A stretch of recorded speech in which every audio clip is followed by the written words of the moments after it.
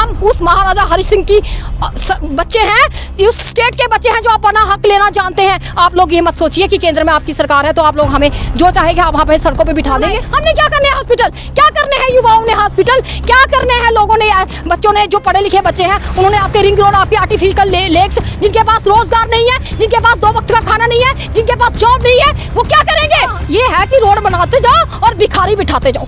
भिखारी बैठेंगे ना यहाँ पे, पढ़े लिखे भिखारी कितने अच्छे लगेंगे। फिर आप लोग कहते हो कि लोग जो है वो पढ़े लिखे बच्चे जो है वो गलत काम करते हैं। क्या करेंगे जब जॉब नहीं होगी? तो इस तरह से आप लॉलीपॉप की तरह यूज एंड थ्रो करोगे तो बच्चे गलत काम ही करेंगे ना। आप मजबूर कर रहे हैं हमारे हाथों से पेन छीन के कुछ और पकड़ाने की कोशिश कर रहे हो। देख रहे हैं जेके न्यूज़ 7 और मैं हूं आपका अपना मेजबान मुजम्मिल भट्ट। नाज़रीन, दफ़ा 370 के मंसूफे के बाद कहा यह गया था कि दूध की नदियां बहेंगी, डेवलपमेंट होगी और हर वर्ग का लोग जो है वो खुशहाल रहेंगे। लेकिन अब इसका उल्टा जो है वो देखने को मिल रहा है। हर वर्ग के लोग जो हैं वो परेशान है, चाहे प्राइवेट सेक्टर की बात की जाए चाहे गवर्नमेंट सेक्टर की बात की जाए, हर वर्ग के लोग जो हैं वो परेशान हैं, बेहाल हैं, सड़कों के ऊपर जो है वो नज़र आ रहे हैं। ठीक ये चेहरा आप भूले नहीं होंगे, ये चेहरा वही चेहरा है जो कि हर वक्त अपनी आवाज़ इन्होंने बुलंद की कॉन्ट्रैक्चुअल लेक्चरर्स को लेके, और ख़ुद भी कॉन्ट्रैक्चुअल लेक्चरर रहे हैं। रजनी जम्वाल जी इस टाइम हमारे साथ बातचीत में मौजूद है। रजनी जी, 370 के मंसूफे के बाद कहा गया था कि हर कोई खुशहाल रहेगा, हर किसी को तरक्की मिलेगी, कोई भी जो है नाराज़ नहीं होगा, लेकिन इसका उलट देखने को मिल रहा है। सबसे पहले मैं ये चीज़ कहूँगा कि जो लेक्चरर, जो टीचर, जिसने पूरे देश को जो है एक सबक सिखाना होता है कि इस लाइन पे चलना है, इस दिशा पे चलना है, आज वही जो है काफ़ी लंबे अरसे से जो है वो सड़कों में नज़र आ रहे हैं। क्या कहना चाहेंगे?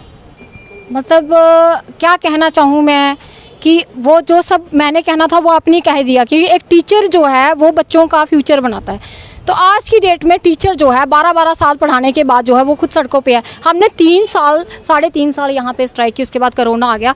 हमने पढ़े लिखे होने का सबूत दिया, हमने यहाँ पे कोई इकट्ठे होकर प्रोटेस्ट नहीं किया, हमने फिर यहाँ पे हम वहाँ पे नहीं आए, लेकिन हम सिंगल मैं हर चैनल पे वाइट देती रही हूँ, बोलती रही हूँ सरकार को कि हमारे लिए कुछ सोचिए। क्योंकि उससे पहले इन्होंने हमारे साथ बड़े सारे आश्वासन किए कि हाँ जी हम आपका काम करेंगे, आपके ऑर्डर्स जो है 1301 आप में हमने बड़ी बार कहे हुए हैं, मैं उसको रिपीट करना नहीं चाहूँगी, क्योंकि 1301 के अकॉर्डिंग हमारी 3 साल के बाद रेगुलाइजेशन बनती थी। इसको उन्होंने 2004 में मॉडिफाई कर दिया और कर दिया कि ये all such arrangement should be converted into contractual rules.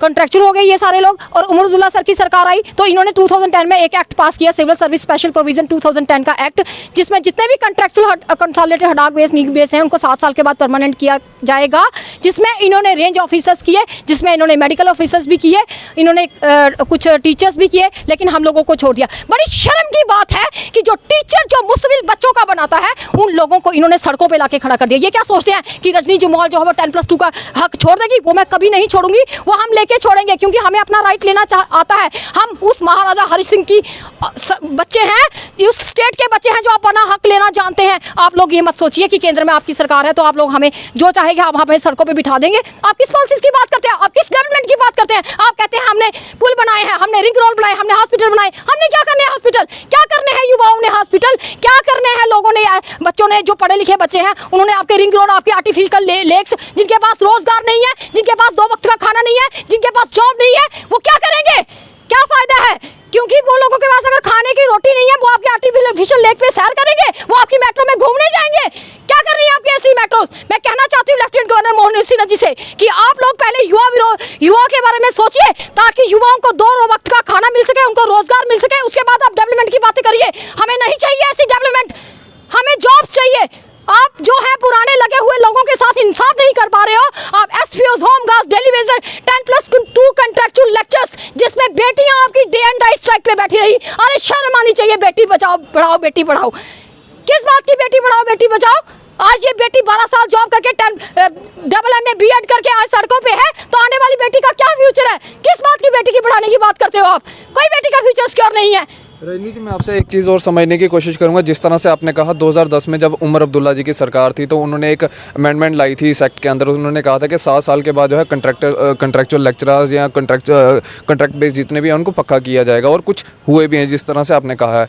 तो 2014 में दोबारा से अमेंडमेंट लाई थी, उन्होंने कहा था कि ये कॉन्ट्रैक्ट को जो है कॉन्ट्रैक्ट ही रहेंगे। तो इसका मतलब ये है कि कश्मीर बेस्ड पॉलिटिशियंस जो हैं वो कुछ ना कुछ सोचते हैं गवर्नमेंट मुलाजिम के लिए, लेकिन जो जम्मू बेस्ड पॉलिटिशियंस हैं क्या वो जम्मू यहाँ के कॉन्ट्रैक्ट के लिए कुछ भी सोचने का राजी नहीं? सर मैं कहना चाहती हूँ ना वही बात, क्योंकि इन्होंने कुछ कश्मीर में 10+2 कॉन्ट्रैक्चुअल लेक्चर्स जो हैं वो परमानेंट भी किए हैं। हम कोर्ट में गए तो उन्होंने बोला दे आर माइग्रेंट्स, वो माइग्रेंट्स हैं, वहाँ पे मिलिटेंसी, इसलिए उनकी फाइल्स बनी, वो परमानेंट भी हुए हैं। लेकिन जो हम लोग अपॉइंट हुए थे यहाँ पे, हम लोगों को छोड़ दिया, क्योंकि जम्मू तो शायद अलग स्टेट है ना, यहाँ पे मिलिटेंसी है नहीं, यहाँ पे कुछ होता नहीं। क्योंकि इसलिए नहीं होता क्योंकि हमारे लीडर निकम्मे हैं, वो हमारे बारे में बोलते नहीं है। अरे 24 को पीएम साहब के साथ मीटिंग थी, क्यों नहीं इन्होंने हमारी बात की? आप लोग जब टेंट में आके कह सकते हो कि 10+2 कॉन्ट्रैक्चुअल लेक्चर्स का राइट बनता है, तो आपने पीएम साहब के साथ जाके हमारी बात क्यों नहीं की? क्या पीएम साहब जो है वो मना कर देते? लेकिन आप लोग खुद नहीं चाहते कि जम्मू के लोगों के साथ इंसाफ हो।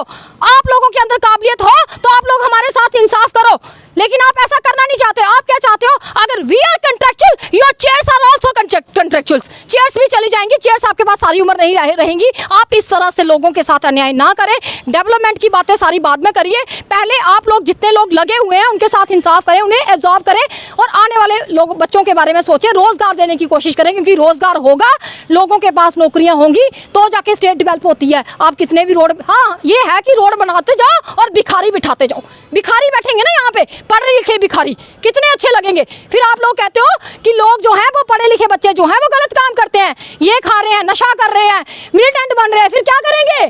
क्या करेंगे जब जॉब नहीं होगी? तो इस तरह से आप लॉलीपॉप की तरह यूज एंड थ्रो करोगे तो बच्चे गलत काम ही करेंगे ना। आप मजबूर कर रहे हो, हमारे हाथों से पेन छीन के कुछ और पकड़ाने की कोशिश कर रहे हो। आप लोग हमें मजबूर ना करें। हम लोग कह रहे हैं कि हमारा काम करिए, हमारा राइट बनता है, हमारे डॉक्यूमेंट्स के ऊपर पूरी जो है वो फिर से एक बार टीम बिठाई जाए, उसको रीड किया जाए, हमें कोई ना कोई बेनिफिट दिया जाए। हम ये भी नहीं कहते कि आप लोग हमें परमानेंट कर दीजिए, आप हमें लेक्चरर ही बना दीजिए। आप आज की डेट में हमारे साथ इंसाफ, जो लोग ओवर एज हो चुके हैं, अरे बड़ी शर्म की बात है सर कि मेरा कोर्ट में केस है, कोर्ट ने ये डिसीजन दिया है कि जब तक इसका केस फाइनल नहीं होता आप इसको निकाल नहीं सकते। लेकिन डेलिबरेटली जो इंसान बोलते हैं ना, उनको डेलिबरेटली जॉब से हटा दिया जाता है। मुझे इन्होंने कोर्ट के ऑर्डर होने के बाद भी डिसएंगेज किया हुआ है, तो ये बड़ी शर्म की बात है। आपने कोर्ट किस लिए खोल रखे? इसका मतलब ये है कोर्ट भी इन्हीं के हैं, कोर्ट भी इन्हीं का साथ देता है। तो फिर जनता कहाँ जाएगी? आप जनता अपने हिसाब से सरकार चुनेगी अगर आप हमारे साथ इंसाफ नहीं करेंगे तो। क्या अपील करना चाहेंगे लेफ्टिनेंट गवर्नर से और उनके एडवाइजरों से? मैं सभी से, जितने भी हमारी एडमिनिस्ट्रेशन है, हमारे एडवाइज़र साहब, हमारे कमिश्नर साहब एजुकेशन के, और हमारे लेफ्टिनेंट मनोज सिन्हा जी, कि आप प्लीज़ 10+2 कॉन्ट्रैक्चुअल लेक्चर्स की जो बारे में जो है वो सोचा जाए। अगर आपको ऐसा भी लगता है कि पीएससी की पोस्ट है, परमानेंट नहीं हो सकती, लेकिन जो टीपीसी लोग जो जिनकी प्रमोशन होती है, लेक्चर वो कौन सा टेस्ट देके पास होते हैं, उनको कितना आता है वो हमें पता है। हमारे रिजल्ट देखिए, हमने 15-15 साल पढ़ाया है, हमें कहीं ना कहीं एब्जॉर्ब करिए। आप कहीं भी कैसे भी करके कोई ना कोई पॉलिसी फ्रेम करें ताकि हम लोग जो है वो राहत की सांस ले सके, हम फिर से सड़कों पर इकट्ठे होकर, मजबूर ना हो कि फिर से हम सड़कों पर इकट्ठे हो जाए। बहुत बहुत शुक्रिया रजनी बात करने के लिए। तो ये मेरे साथ मौजूद थे कंट्रैक्चुअल लेक्चरर्स, जिनसे मुख्तलिफ बात की और जानने की कोशिश की। इनका साफ तौर पे ये कहना है कि 2 बार जो है इस एक्ट के अंदर अमेंडमेंट लाई गई है। एक बार कश्मीर बेस्ड पॉलिटिशियंस के द्वारा जो है अमेंडमेंट लाई गई है, और एक बार जो है 2014 में जब भाजपा की सरकार थी उस दौरान जो है अमेंडमेंट लाई गई है। अब अपनी राय भी कमेंट सेक्शन में ज़रूर रखें और इस वीडियो को ज़्यादा से ज़्यादा शेयर करें ताकि एडवाइज़र्स और लेफ्टिनेंट गवर्नर तक ये वीडियो पहुंचे और इनकी जो आवाज़ है वो बुलंद हो सके, ताकि इनको इनका हक जो है वो मिल पाए। फिलहाल आप इसी तरह से बने रहे जेके न्यूज़ 7 के साथ। मुझे दीजिए इजाज़त, नमस्कार।